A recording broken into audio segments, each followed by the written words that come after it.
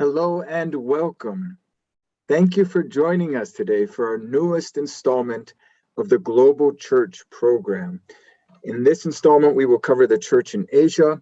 My name is Gabriel Reynolds. I'm Director of the World Religions World Church program in the Department of Theology at the University of Notre Dame. I'm here in my office at Notre Dame's campus in Malloy Hall. I am also Jerome J. Crowley and Rosaline G. Crowley Professor of Theology and Islamic Studies in the department. We're really looking forward to spending the next 3 weeks with you, engaging with the global church and especially with the church in Asia. We're delighted also to have friends in this project, so I'd like to thank our co-sponsors. These include the Tantor Ecumenical Institute in Jerusalem, the McGrath Institute for Church Life here at Notre Dame International, and the Notre Dame Alumni Association. And friends, this program will basically be in two parts. In the first section of the program, I'll be speaking with Dr. Wong, whom I'll introduce briefly. But in the second part of the program, we'll have an opportunity for you to ask questions about the Church in Asia, responding to some of the material that you've seen in advance of our live session, or the material that you'll see over the next 45 minutes or so, where we'll be speaking with Dr. Wong. And in order to do that, we're going to provide now a form for you where you can ask questions. And you see that there in the chat box, there's a link. So you can do that at any point. You don't have to wait to the end in order to submit your question. But when you feel inspired with a question, go ahead and click that link that's in the chat and you can submit a question there. I may not be able to get to all of the questions, but I'll be able to see all of them and I'll get to as many as possible.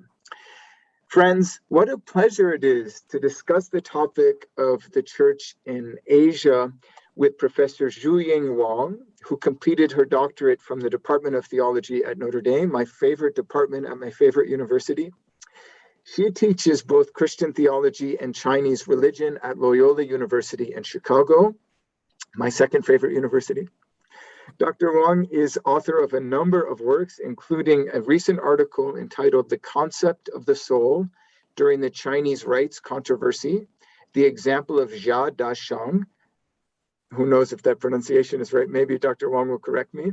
That's going to appear in November with the Journal of Chinese Religions. And the second article, The Ancient Rites of China, Yan Mo on Ancestral Rites During the Chinese Rites Controversy, which is forthcoming with the Journal of World Christianity. She also participated in a recent conference that the World Religions World Church program organized around the theme of saintliness across traditions. We had the pleasure of having her on campus during that time, and now we have the pleasure of her on this webinar with us. So welcome, Dr. Wong. Good to see you. Such a great honor. Thank you so much, Professor Reynolds. The honor is ours. Thank you for being here. Friends, our topic today, the origins of Christianity in China, helps us to appreciate the diversity of the church and its long history in the most populous country in the world. It also offers us an opportunity to study the engagement of the church with non-Christian religions. For Christians in China, live together and have lived together with Buddhists, Confucians, and followers of other traditions in China. And so at once we're able to see the engagement of the church in a particular distinct cultural setting and questions of the church's relationship to non-Christian religions. And that's sort of what we do in this program. So it's really exciting that we can focus on this topic. Xueying, we had the opportunity to get to know some of your thought about the history of the church in China in the videos that you presented, which some of our audience might have seen. If you didn't see it, that's fine. We won't assume any prior knowledge. And you've spoken about there and elsewhere the arrival of Christianity in China, sort of the first wave in the 7th century. So I wanted to ask, what was the world of China like at that time? The world of China into which these first East Syrian or Nestorian Christians arrived, seeking to spread their faith. Could you paint a picture of Chinese religions and culture at the time? Sure. So when the missionaries arrived, the so-called traditionally called Nestorian missionaries, it was the ruling dynasty in China was the Tang dynasty, which is one of the longest lasting and one of the most prosperous dynasties in China. And especially the emperor that they met, Tang Taizong, was considered one of the best emperors in the Chinese history. So the economy was, generally speaking, prosperous, including foreign trade. So foreign trade at that time, and also like cultural exchanges developed a lot at that time. And emperors generally were known to be open-minded, open to foreign culture, foreign literature, right, foreign religions. So actually the emperor even sent one of the highest officials, like one of the prime ministers, to meet the missionaries outside of the capital city, which became unthinkable for later dynasties in China. So with regard to religions, generally speaking, religious traditions also flourished, especially Buddhism and Taoism. So Buddhism at that time developed to the point of becoming the dominant ideology in China. And Buddhist monasteries played an integral role in the Chinese society. So the Buddhist monasteries basically became important places for the elites or the so-called literati, the scholarly class, to stage their social events, and they were involved in children's education, all kinds of ways. And also another religion was that also flourished was Taoism.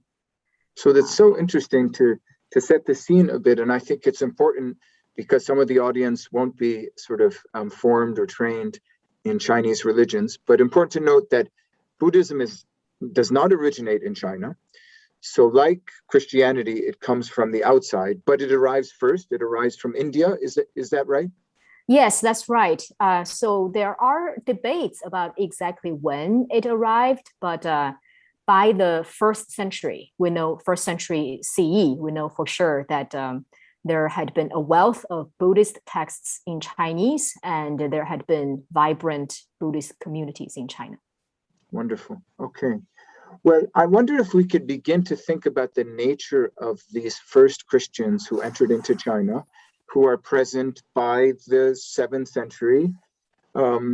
It's so interesting to paint a picture of this time because it's sort of a distinct moment where Christianity flourishes for a while, but doesn't ultimately survive, it seems. Maybe we'll get to that. But what can we say about the degree to which this East Syrian or Nestorian Christianity, which seems to travel from what is now Iraq, Iran, eastwards to China, to what extent was it enculturated into its Chinese context? I have actually a specific question about this because I understand that one of the terms they used to present the faith was teaching of light. I won't try to pronounce that in Chinese. How is it done? Jingjiao. Yes, that. Thank you so much. Yeah, so is that a particular sort of strategic choice that enculturates Christianity and the Christian message within a pre-existing sort of religious vocabulary? I have a follow-up question, but let's start there.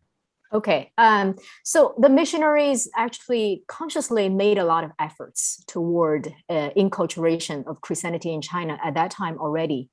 To put it a little bit crudely, they posed themselves as a branch of Buddhism. So the priests called themselves bhikkhus, actually, and the temples were called si, which is the same word the churches were called si, which was the same word for Buddhist temples. And Jesus was often portrayed as a bodhisattva.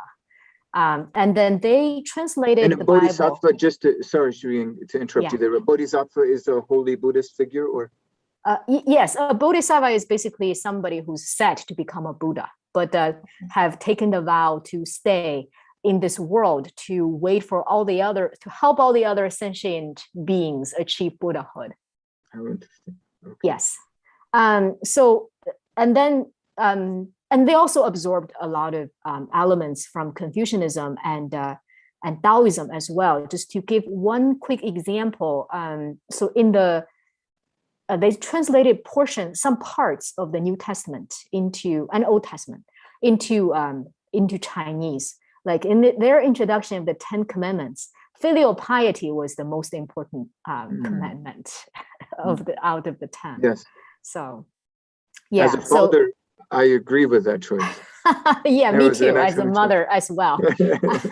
Yeah, and then to answer your question about the name Jingjiao, yes. There is this very short line, maybe just 4 very short verses on the Xi'an stele. I'm sure we'll get to the Xi'an stele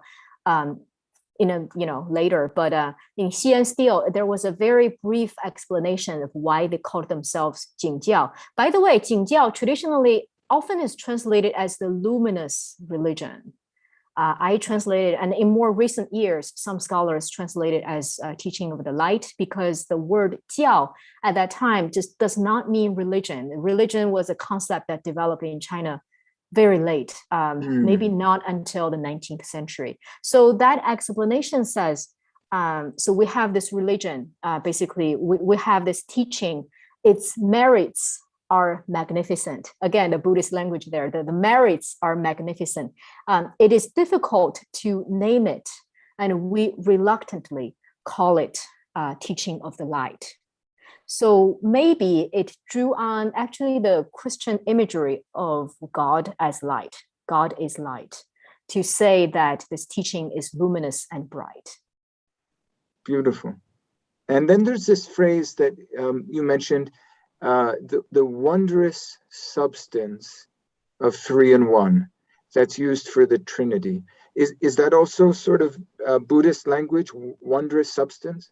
Yes, yes. So 三一妙身 is the 4 characters that were used in reference to the Trinity. 三 means 3, 一 means 1, and 妙身 is usually that's again a Buddhist term that's used for the wondrous body of a Buddha. So there's an instance of the enculturation right there. It's just so interesting, because sometimes we imagine that this sort of creative evangelical thinking would be the product of, I don't know, Vatican II or contemporary Protestant missions. But here we see Eastern Christians coming from sort of a Syriac, maybe already Arabic context, in Iraq and Iran, where they developed these traditions. We're also thinking in these creative ways about culture and how to articulate the message of Christ in different ways. Well, you have argued that Christianity at that time actually did not have deep roots in China. In this first wave of East Syrians or Nestorians who came from the West meaning Iraq and Iran, to China. And so my understanding is that it was sort of a movement that dies out almost completely. Is there so could you speak first of all to that point? Why did it not have deep roots, or how do we know it did not have deep roots? And then second question, is there any way at all that it had an effect on later generations or later centuries of Chinese culture? Okay, so this is a great question, and I said it did not take deep roots. Also, in comparison with the later Jesuit missionaries who bore a lot of fruits. Like there were a lot of Chinese converts. We knew that for sure, and there was a lot of Chinese texts written by the Chinese converts, and there's monasteries, primarily Chinese. There's Chinese martyrs, etc. But at that time, there's very scanty, for the 7th century, there was very scanty evidence for the conversion of the local Chinese. It's basically only claimed by the missionaries. And as far as I know, we don't have any texts that were written by Chinese converts. And Chinese people, they like to write. So that the fact that we have 0 probably means that there were very few Chinese converts. Yeah. Yes. And then actually in the video, I did not have a chance to mention this at all, but in the 13th century, the papacy actually sent legates to China who were Franciscans, and they actually at that time found some group from this Jingjiao group. And then later we also uncovered actually gravestones in multiple provinces in China. So that were dated to the 13th century, but they were also supposed to be a Church of the East left by the Christians there. And then if you read the gravestones, the inscription were Syriac. They were not Chinese. Not Chinese. And the gravestones belonged to merchants from the Middle East or their wives or their children. We don't have any gravestones that belonged to a Chinese person that claimed to belong to the Jingjiao.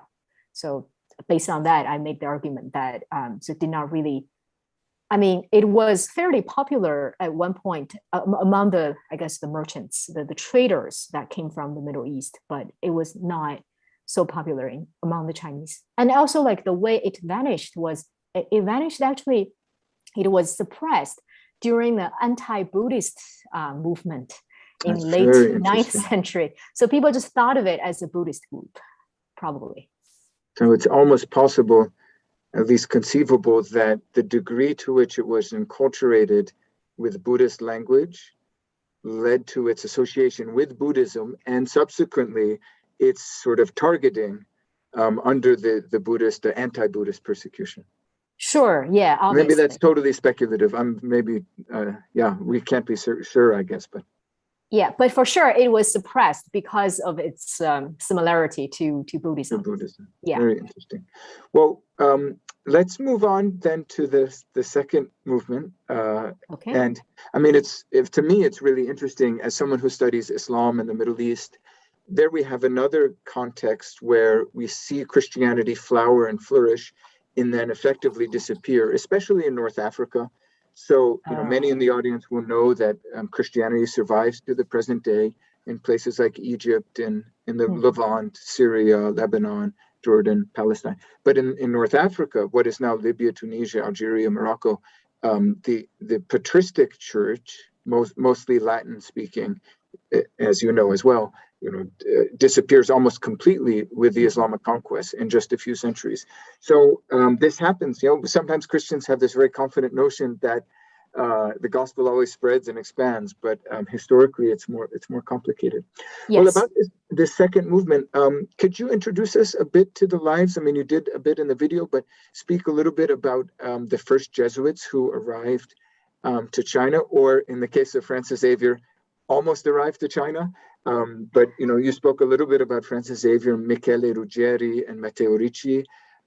Could you explain a little bit about their experiences? You don't have to give full biographies, but maybe starting with this question: why did they choose to go to China at all?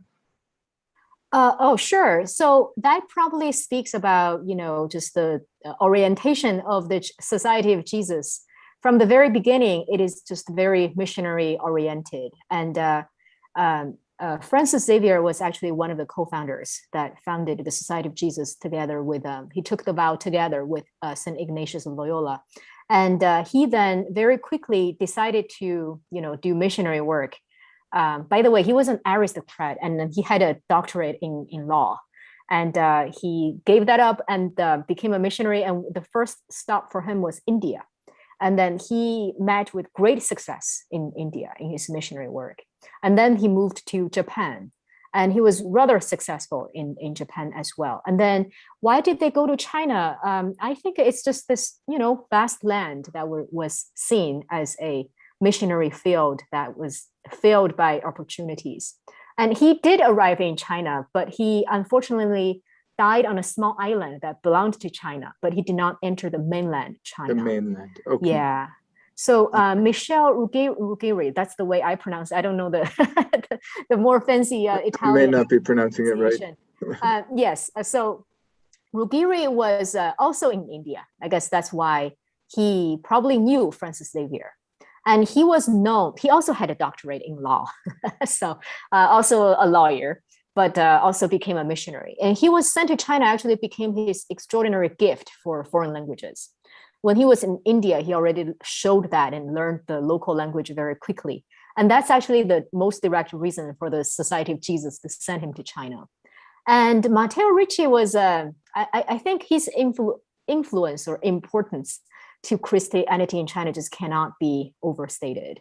I would still argue that probably the most influential figure in China. And interestingly, as somebody who grew up in China, I heard about him earlier when I was a child, earlier than when I heard about Christianity, because in China, he was portrayed as a pioneer of cultural exchanges of the East and West. And actually, I visited, that was long before my conversion to Christianity. I visited his grave in Beijing. He worked for the court, also extremely gifted in languages and in a number of other things. And he actually became one of the highest officials, became a high official that served at court for many years until his death. Can I ask? Sure. Sorry to interrupt. I just want to ask a little bit more about that. Of course. Feel free, you could skip the question or just address it briefly if you wanted to. Of course. But so in your experience growing up, Ricci was not so much presented as a missionary who brought Christianity into the country, but rather a sort of cultural ambassador or something like that. Sure. Yes, that's the way he was portrayed. And also the Christians that converted, the high literati scholars that converted to Christianity under his influence, they were also not known as Christians. I only learned about that later. It's so they were interesting. just scientists, and they learned, astronomy and mathematics, and learned how to make maps from Matteo Ricci. And do we have any sense about how people like Ruggeri or Ricci would have learned Chinese? Where would you have started, or how did it work? Do you have any idea? Yes. Well, this is a great question. It was not easy. At that time, the textbooks were not, and dictionaries were not widely available. And actually, Ruggeri himself just hired and that's a kind of a typical practice. They just hired a local tutor who's Chinese to teach them Chinese. And this person would not speak Italian or Latin or any of the language they knew. But somehow they made it work. And yes, and we have a document left to us by Ruggeri, where he made his own vocabulary list. This Chinese word, the characters, sounds like Romanization, sounds like this. And what it means is this word in Italian. It was very cool. It's like a compilation of a dictionary almost. That's wonderful. That's wonderful. I studied Latin once with a textbook that's only Latin. It's just only Latin from the very beginning. And not to compare myself to Matteo Ricci, but it can be done, I guess. So now you explained that Ricci began to change his evangelical strategy, maybe when he noticed that his preaching initially in China didn't bear fruit. And so he began to speak in more Confucian ways. And I guess you explained in the video that he actually changed his dress as well, from more Buddhist to more Confucian. So why did that happen? Why preach the gospel through Confucianism? Well, this is a great question. Actually, to preach that Confucianism, Catholicism complements Confucianism is one of the central messages that he used. It was, I guess, due to several factors. One is he made some friends among the Chinese, and it was at their suggestion that he switched to Confucian dressing and Confucian learning, pretty much. And one of the friends would, at first it was very difficult for him to break into the circle of the literati, who was the more educated class. So what he did was he put together a collection of aphorisms, mostly translations from Seneca and sources that has barely anything to do with Christianity. Mm-hmm. The book's name is called On Friendship. Mm-hmm. So he basically started circulating that book, and that caught the attention and interest of numerous Chinese literati, and they started debating, discussing the book, and they invited him to parties, and then he became friends with them. And so one of them suggested, we have the written documents for this called Quzhukui, and he suggested that it's easier for Ricci to evangelize, to preach anything, basically, if to dress himself as a Confucian instead. And also a more important reason is that Ricci realized that Confucianism really was the, orthodox ideology in traditional China. So you although Buddhism was very popular, but one can be Chinese and not Buddhist, but one cannot be Chinese and not Confucian. It's just a necessary condition to be considered orthodox. And another important reason is that, well, we all know that, I mean, modern scholars want to claim that, Confucianism cannot be called a religion at all. So there might be some exaggeration there. But on the other hand, Confucianism is just true that it's not primarily interested in the supernatural. It's more interested in what we today would call political philosophy, right? So how to manage the world, how to manage the society, what kind of civil order that we want to build. So that leaves enough room for Ricci to claim that, well, actually Catholicism can do something to complement Confucianism. So yeah, that makes perfect sense. Yes, to leave enough room there, right? So that his message wouldn't be a replacement of Confucianism, but but in addition to a supplement or a complement to it. It's very precisely. Yeah. You mentioned a little bit the problem, discussion, controversy over the word that Ricci uses for God, which is something like Tian. Tian, yeah. Tian. Yeah, thank you. So, yeah, could you introduce the word a little bit? What does it mean literally? Why did some other Christians not like this word for God? Is there a better word, alternative word that could be used or should be used? Oh, sure. So the word that Ricci had picked was Tian. Tian was a character that I think can be translated as heaven, that appears frequently, rather frequently, in Confucian canons. So modern scholars would characterize it as a semi-personal deity, semi-personal supreme reality. So it has certain agency. Like, for instance, Confucius once said, 获罪于天，无所导也. If one offends heaven, then one has nowhere to pray to. One have nobody to pray to. So it has some agency, but it definitely does not have the, full-blown personality as a creator, as deeply involved in human history as the Judeo-Christian God.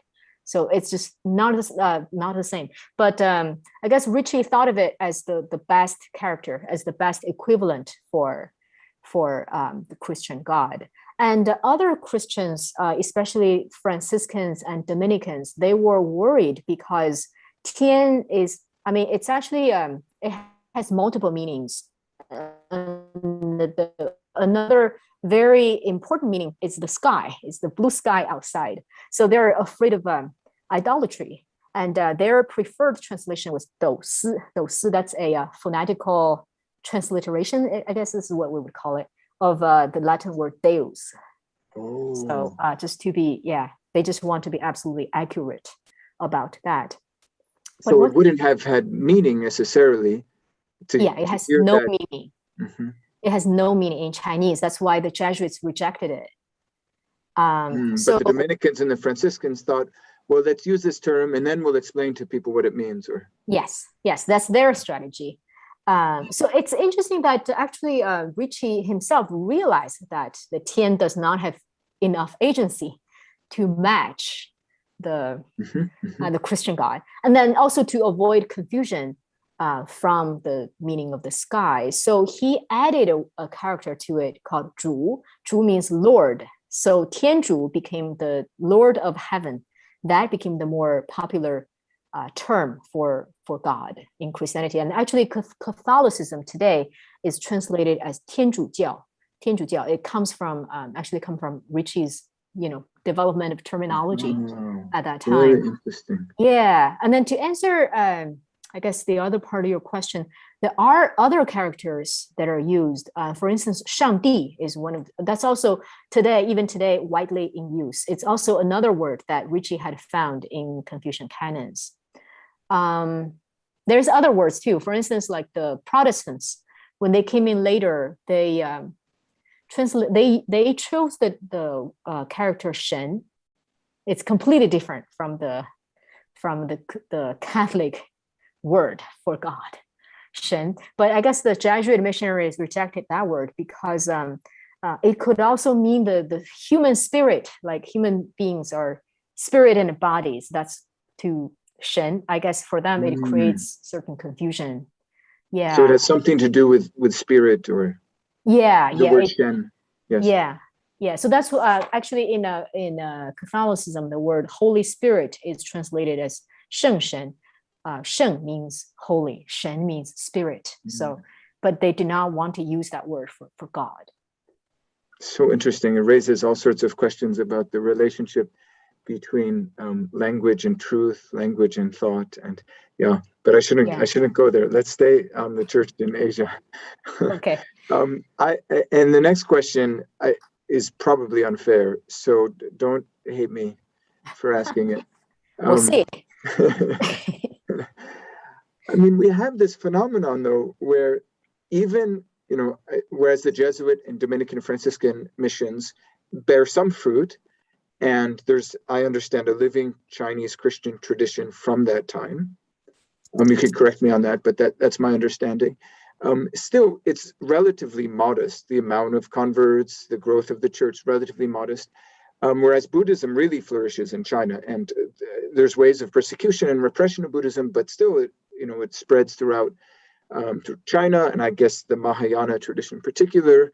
So, what's, and also, just to complicate things further, and you don't have to speak about this, but in other East Asian and Southeast Asian contexts, the gospel does thrive, as we know. I mean, the Philippines, Korea. So, but in China, what's the beginning of an answer to why Buddhism thrives so well and Christianity does not? Well, this is a really difficult question. So, but I'm just gonna, try to share a few thoughts. One of the reasons I think is that, Buddhism did arrive in China much earlier. So, as we already mentioned, by the first century, they had already built Buddhist communities, and it just had been in China for all those years, and then successfully spread their beliefs successfully.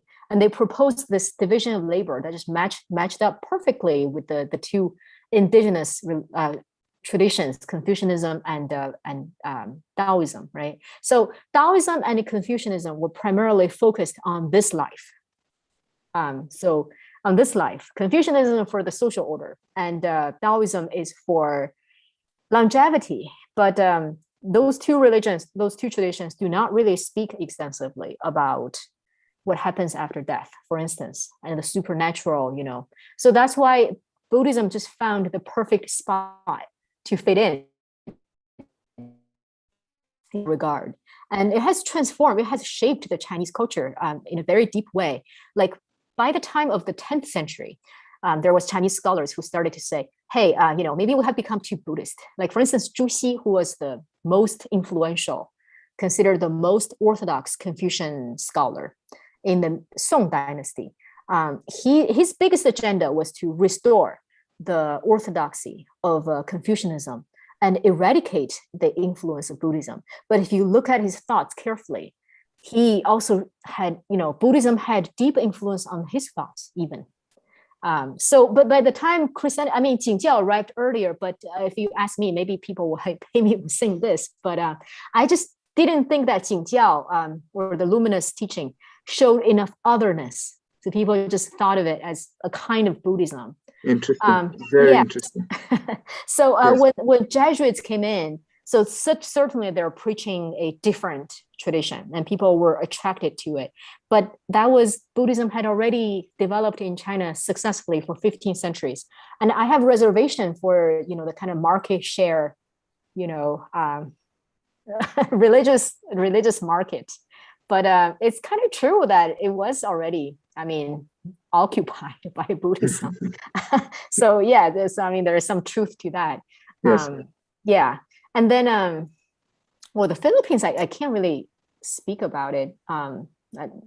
Frankly, neither can I talk about Korea so much. But Korea, actually, Christianity also developed rather kind of slow, right? So the recent success is also with the evangelical Christianity. It's very recent. In the last few decades. Yes.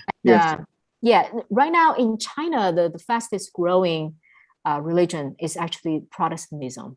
Interesting. So Christianity, they count about 38 million. So that's the number Very, given by the government. So probably a lot higher than that. And then Catholics are 12 million. So the two combined are 50 million. And Buddhists are 200 million. So, well, who knows, you know? yes, yes. Yeah. Yeah, very interesting, right? And even though it's a relatively small percentage of the total Chinese population, it's, for example, many times the population of Ireland, a place that a lot of Notre Dame people hold dear. So we shouldn't take for granted the importance of the Chinese church on the world stage. Begin to reorient their thinking. Well, I wanted to ask a couple of questions. We have about 7 or 8 minutes left before we turn to our discussion from the questions from the audience. Okay. So I wanted to ask a couple of questions about the Chinese rites controversy, if that's the right term.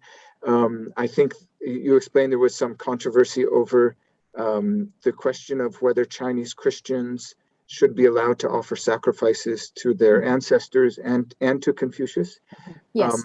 Whereas the Jesuits, I think I'm getting this right, were okay with that, felt that this could be justified theologically. The Dominicans and the Franciscans did not. And I think you say, I mean, yeah, that the Jesuits actually were thinking more clearly theologically, were probably right about this. Could you explain that? Oh, sure. This is a great question. I mean, first, let me say that I think the Dominicans were right also on several levels too.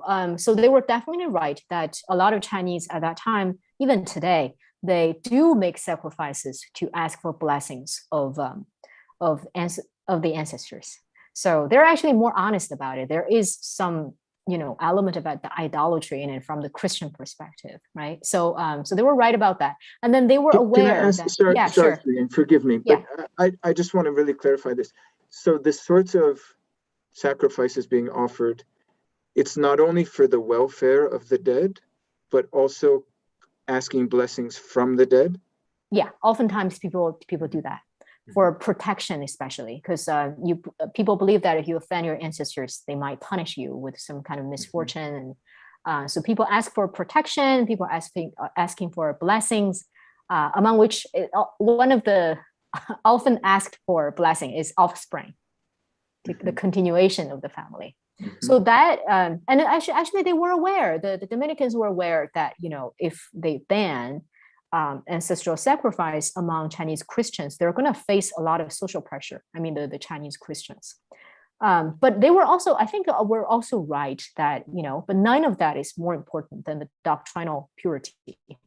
So, but the Jesuits ultimately, I would say turned out to be right, was because they saw the transformity of the rites.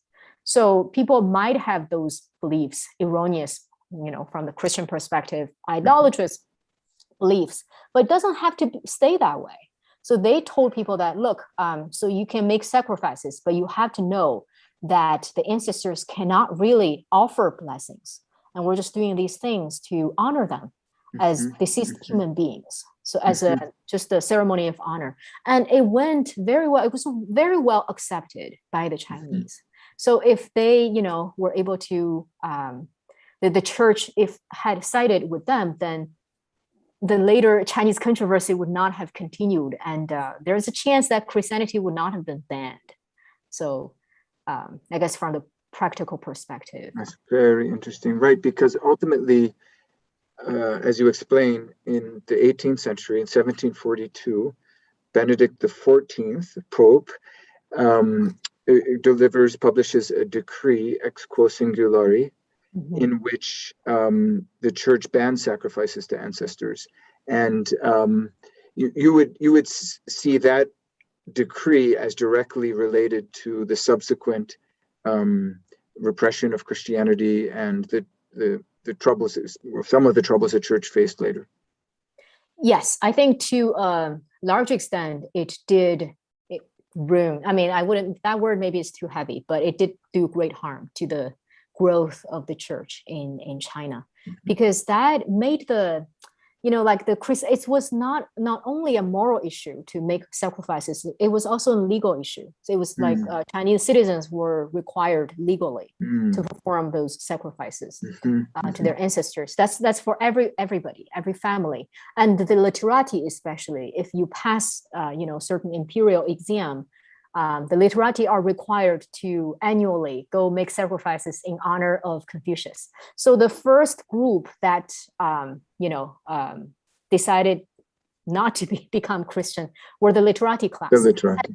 Yes, and those tend to be the most influential figures in the Chinese society. Even lower level literati, they have a tremendous amount of influence on villages and things like that. So I guess like the number of new converts just drastically dropped after the ex-quo singularity. Right, very interesting. Yeah, but on the other hand, many Catholics community that were already established, they continued, they persisted. Well, that's a nice transition, because as a final question, I wanted to end maybe on a positive note, asking you to share maybe an anecdote or a story about a Chinese Christian who manifested holiness, heroic virtue, or something very distinctive about the Chinese church. Sort of putting you on the spot, but can you think of an anecdote or a figure that's worth sharing with our audience? Sure. So maybe I can speak a little bit about Yang Tingyun, who was one of the 3 prime ministers that converted to Christianity during Rich's time. So one of the earliest converts, who was also a high-level literati and high-level official. So like the Chinese society has always been a highly ritualized society. And actually now I primarily study the Chinese rites controversy, which is, about the rites in honor of ancestors and Confucius. But you may notice that one important rite did not become a controversy, which is funerals. Funerals played an extremely important role for people to demonstrate filial piety and things like to show honor to their parents. But it was not controversial, and it may have something to do with this person called Yang Tingyun. So when his mother died at a rather old age, 85 years old. So according to the customs, people of that level, they would invite Buddhist monks to come to their home and, pray and bless the deceased, basically, transfer memories to them. And they would make a lot of noise on the night of the death to basically like the farewell ceremony. They would like with drums and, cymbals, make a lot of noise. The louder, the better, to show how much they care. So he did not invite, as a Christian, did not invite any Buddhist monks. And one of the relatives actually came and, it was silence in his house. So the relative was very unhappy. So he went in there and, asked Yang Tingyun. He said, this is just disrespect to your mother. How can you do this? And then what Yang Tingyun did was he asked his servant to bring in a copy of Zhu-Xi's family rituals, which is like the orthodox Confucian document for how to conduct a funeral. He just, so look, where did it say that we have to invite Buddhist monks to carry out these ceremonies? I'm keeping vigil for my mother. And, so this should be enough. And then the relative left. He felt like he won the argument, but something was missing. It was not quite right. And then he reflected on the fact that, so Zhu-Xi has clearly said, we should not conduct Buddhist services, but why do people keep doing that? And he thinks it's because the deep desire for people to do something for the deceased, just honoring them is not enough. You want to actually do something to make sure, you are helping them in the underworld, so to speak. So to make up for that, on I guess like 49 days after the death is a kind of a big event to again honor the deceased. He calculated the amount of money that he would have spent if he hired monks, if he did invite monks, and then he doubled it, and then he distributed the money to the poor. Um, so then the relative was satisfied. I mean, the relative initially was not, but this time was content with what he did. Actually, the transferring of merit by giving to the poor was a long-standing Buddhist practice. But for Yang Qingyu, it does not have to be Buddhist. It could be Christian. It was transferred How into, interesting. yes. Yeah, where the church is enriched by a Buddhist practice. Yes. Yes, it was actually then became, I mean, a standard practice for Christians to weave in Christian elements into funerals. So, I mean, by no means Yang Qingyu was a great example for interreligious dialogue with Buddhism, because he was strongly anti-Buddhism in his writings. But that practice, actually he borrowed from the Buddhist concept, whether he's willing to acknowledge that or not, and made it part of Christian practice. Yes, and that actually greatly lessened the animosity or hostility of non-believers toward Christians. Wonderful. Yeah, beautiful anecdote. Well, we're going to transition now to questions from the audience. And as I mentioned at the opening of our session, please go ahead and use the link. So don't type your question directly into the chat box because I won't see it. Go ahead and click the link that's in the chat box, and then you'll have a form where you can submit your question, and that will populate a document from my end that I can see. And go ahead and put your city. You don't have to, but it's always fun to see where people are writing from. So go ahead and put your city and state or country there, and I'll see the questions sort of pop up on my end. So why don't we start, Professor Wong, with a little bit of a long question, but it's very nice with a comment here. So someone from South Bend. So that's, I don't know if you know this, but it's the center of the universe, actually. Yes, yes. Okay. It's like my mother's house. I love that place. Yes. Literally, actually. Okay, but this person writes, thanks, Professor Wong. I appreciate the insights you have shared regarding the processes of acculturation and accommodation. I'm curious if you can speak about concerns that others express regarding syncretism. So we hear sometimes saying, oh, is the church being syncretistic here or there in its practices, or theology even, or liturgical practices? So, and then it continues, in what ways, however, is this concern reflective of Western-centric views of Christianity that may overlook ways the Christian faith was changed as it encountered, I think probably the person meant non-European cultures. It says European, I think it means non-European cultures. Oh, okay. Could you comment on that? Oh, this is a very insightful question. I'm not entirely sure what is meant by syncretism, but I'm going to try to say, well, it's like, I think now the church is very open toward enculturation. So actually, like with regard to, what became problematic in the past, like ancestral sacrifice in honor of Confucius, they were not only allowed, it's also made its way into the church's calendar. Like, for instance, ancestors are honored in church on two occasions. One's the All Souls Day, and the other is the Chinese New Year. So the priest would actually make the sacrifice in honor of ancestors after Mass. So interesting. Yeah, so that's definitely, I would say, a big step forward away from Eurocentrism or, West-centered spirituality. But on the other hand, I think there's also the danger of, I guess, not drawing any lines. So some things cannot be changed. Actually, earlier, Professor Reynolds mentioned about Buddhism.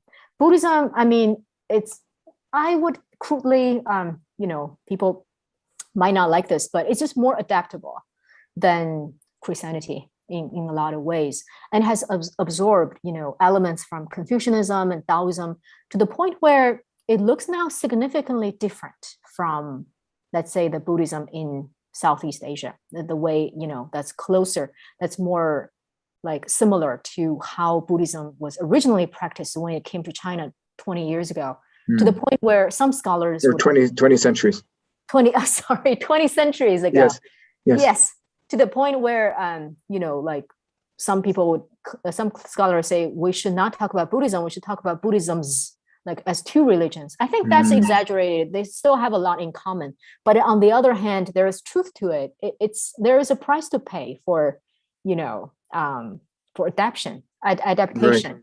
Right. Yeah. Right. And Christianity is just like less so. I mean, some things can be changed and some can be adapted and some cannot. And if you go to Beijing, for instance, it's just obvious. It's the same church, it's the same liturgy, very similar theology with if you go to church in South Bend, a Catholic church. Right. Thank you.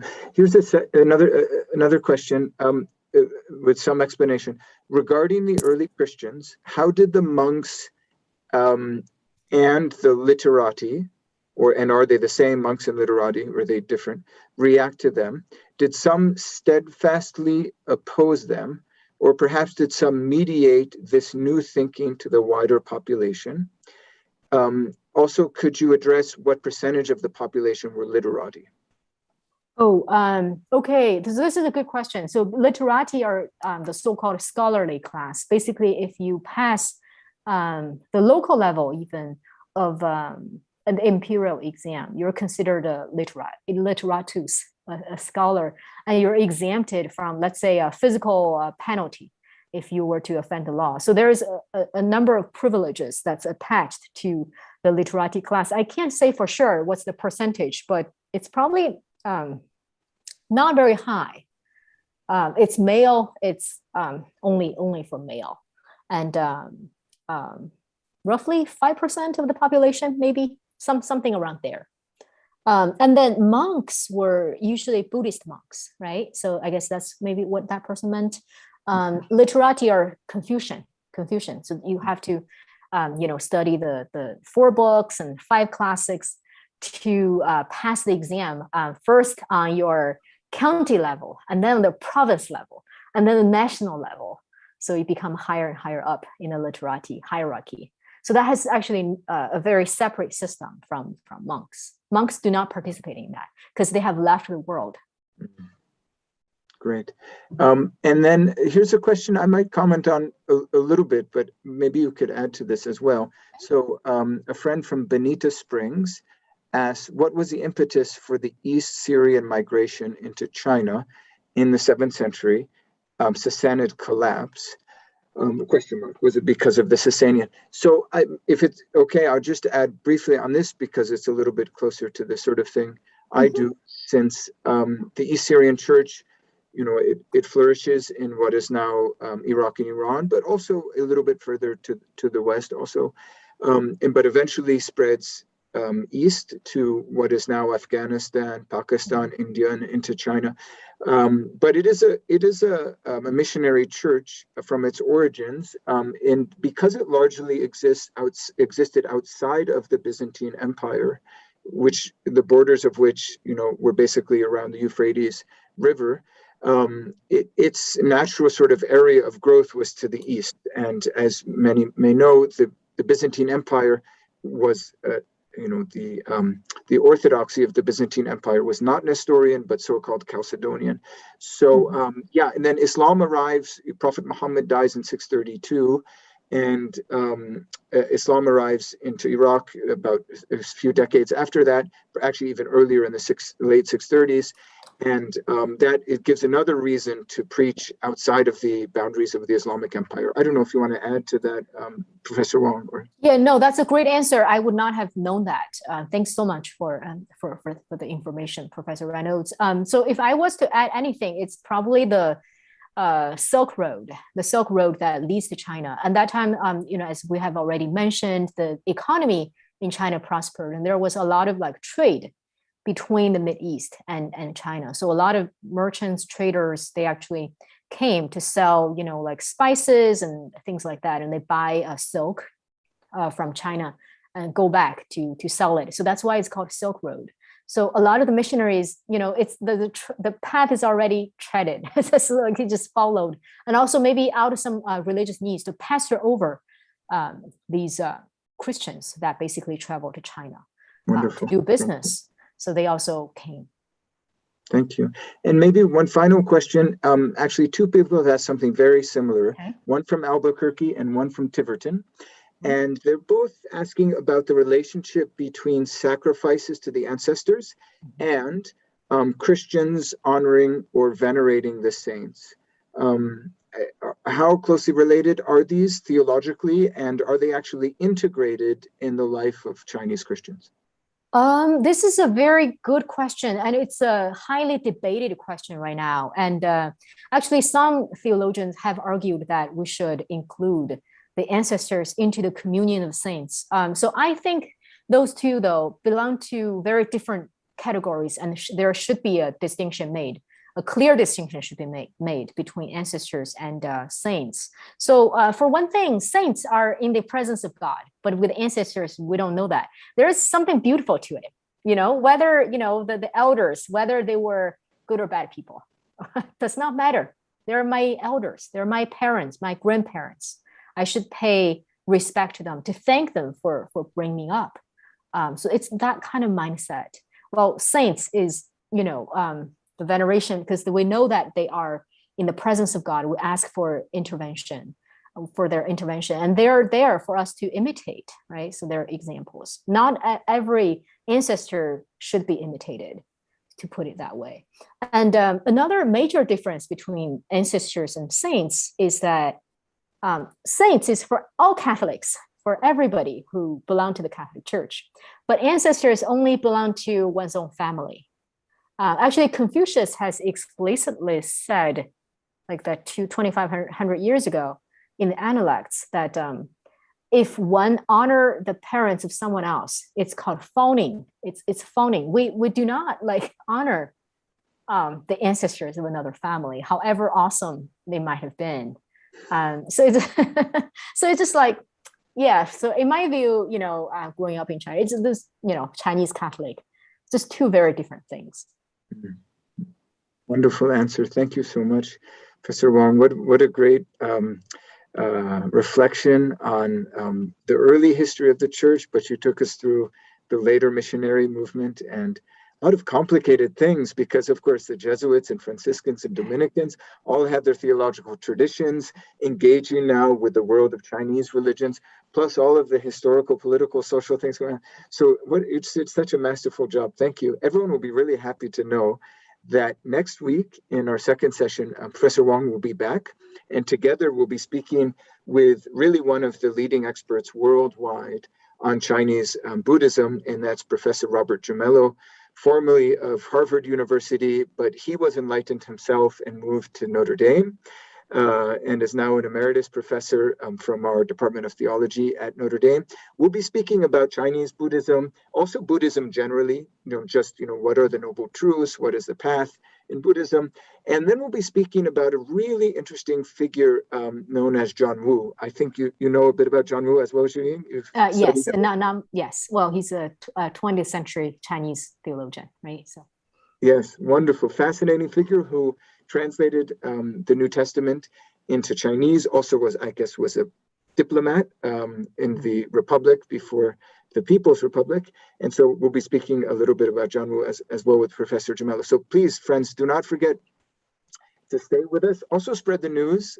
This is going to be really great, sessions 2 and 3. So spread the news about this Think ND Church in Asia program. You'll get more information about our next live session a week from today in the director's letter that will be released on Monday. And as I said, please feel free to share this series with your friends, not only with your friends, with your enemies too, and everyone else. We are still accepting registrations for the entire program, and it's open to not only Notre Dame alumni, but the Notre Dame family, which is very broadly defined as the entire world. So thank you again, Professor Wong. What a pleasure to be with you. Thank you so much for having me. And thank you, Professor Reynolds, and thank you everybody for being here. And I hope to see you next week. Thank you so much. Thanks to all of our audience and friends out there, and we'll see you next week.